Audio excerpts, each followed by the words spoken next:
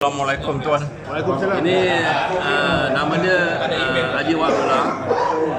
Sebab dia main golf Tiger One. Oh, Tiger One lah. Ada dekat 300,000 follower lah. Jadi biasa dia akan debut lah tuan. Salah. Okey. Apa khabar tuan? Alhamdulillah. Boleh tuan sentuh sikit tentang program petang ini?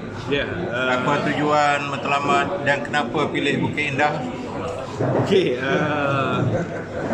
Untuk program petang ni sebenarnya dia sebenarnya hasil daripada surat yang saya terima daripada pihak petala lah, berkaitan dengan sumbangan dan yalah, sebagai pegawai polis ataupun tak kira formasi mana-mana pun kita bertindak sebagai peserta pasukan.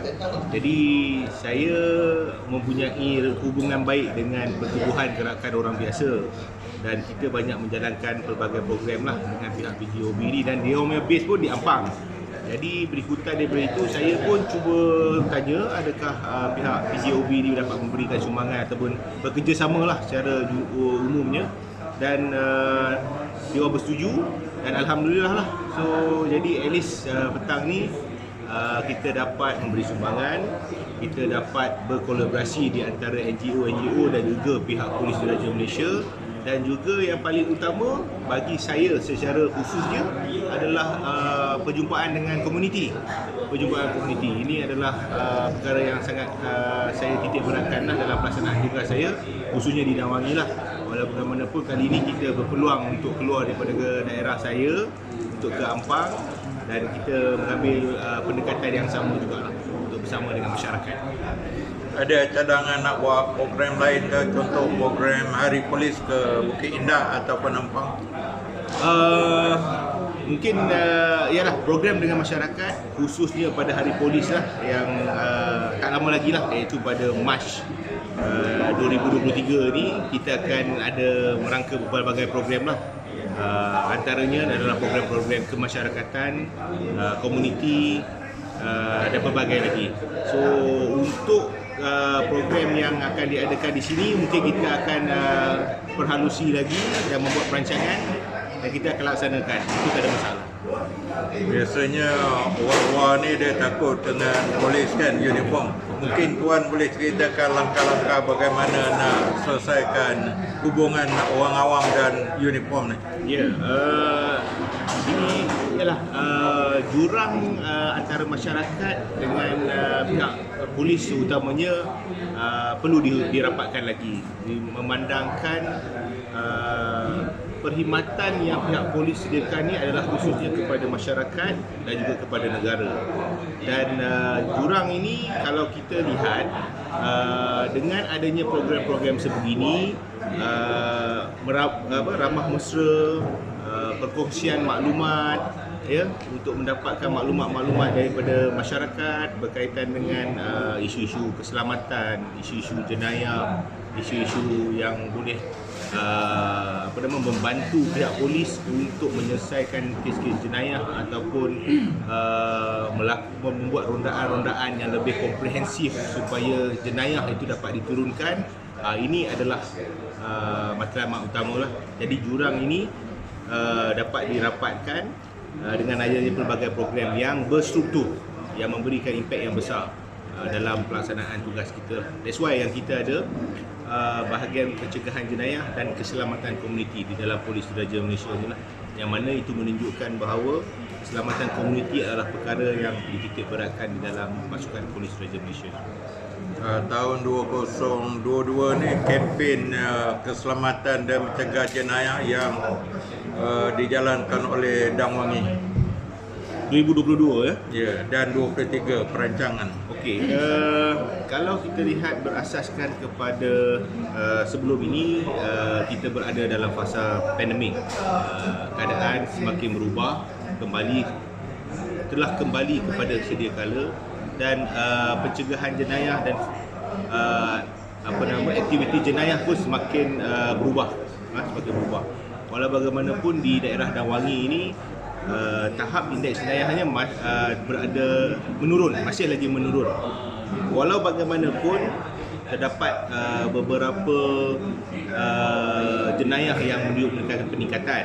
antaranya adalah kecurian kenderaan dan juga melibatkan dengan jenayah scam, penipuan online, penipuan tipu penjualan atas talian dan pelbagai lagi.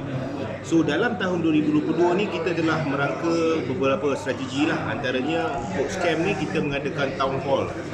Kita menyebarkan maklumat kepada masyarakat supaya memahami bagaimanakah modus-modus operandi yang boleh menyebabkan masyarakat menjadi mangsa kepada jenayah scam ini. Jadi jenayah scam ni kita lihat bahawa pengetahuan terhadap MO ataupun modus operandi itu sangat penting bagi mengelakkan kita jadi mangsa jenayah. Itu melibatkan jenayah scam lah. Dan juga selain daripada itu, dari segi jenayah-jenayah indeks yang lain, kita melaksanakan omnipresent, kehadiran kita secara omni 360 darjah, maknanya secara menyeluruh, berdasarkan kepada maklumat-maklumat yang dianalisa. Maknanya maklumat jenayah yang berlaku semalam akan diproses berdasarkan tempat, masa, suspek dan sebagainya, dan akan dirangka oleh pegawai bertugas pada hari ini di lokasi-lokasi mana, waktu bila dan sebagainya, dan menempatkan kawalan-kawalan dan rondaan-rondaan secara bersepadu. Selain daripada itu, kita ada rondaan MPV, iaitu kereta beronda, dan juga unit rondaan bermotor tunggal yang akan membuat rondaan secara menyeluruh dalam kawasan pentadbiran daerah dan Wangi lah.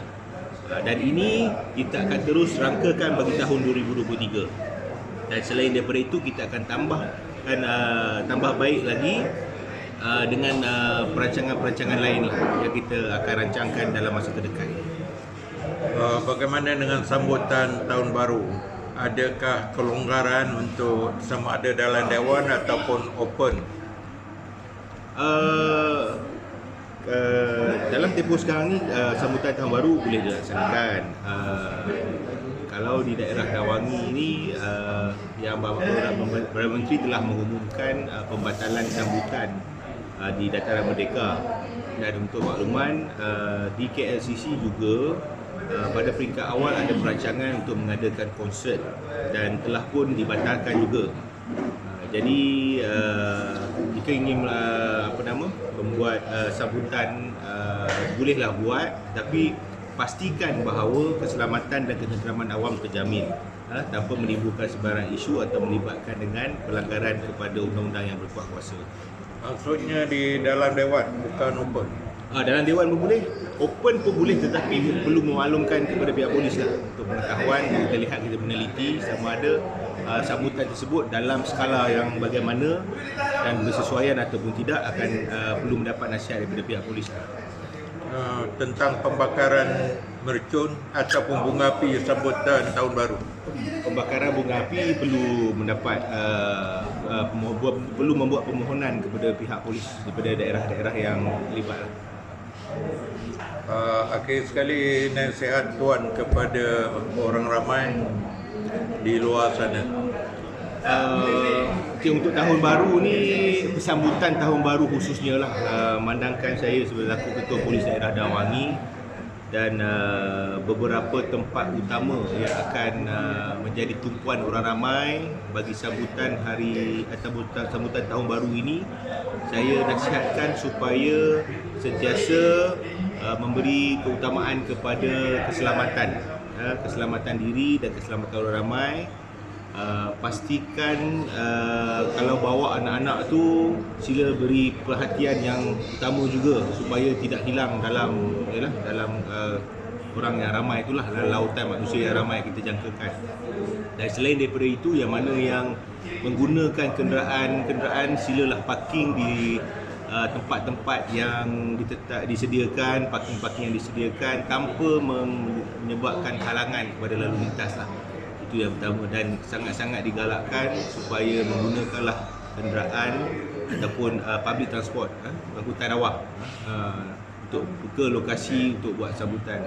Jadi janganlah sambut dalam situasi provokasi. Maksud saya lihat 2-3 hari pada minggu lepas, sambutan hari Christmas tu ada yang spray kepada orang ramai dan sebagainya itu, ataupun membaling barang-barang dan sebagainya itu, ini elakkan. Jika berlaku sebarang interogasi, pihak polis akan mengambil tindakan sewajarnya lah berdasarkan bentuk undang-undang yang ada. Maknanya karaoke dibenarkan. Karaoke. Karaoke Dibenarkan dalam majlis tu. Nyanyi-nyanyi. Tengok dalam situasi macam mana, buat di dewan ke Dalam dewan. dalam dewan Dan di luar tadi.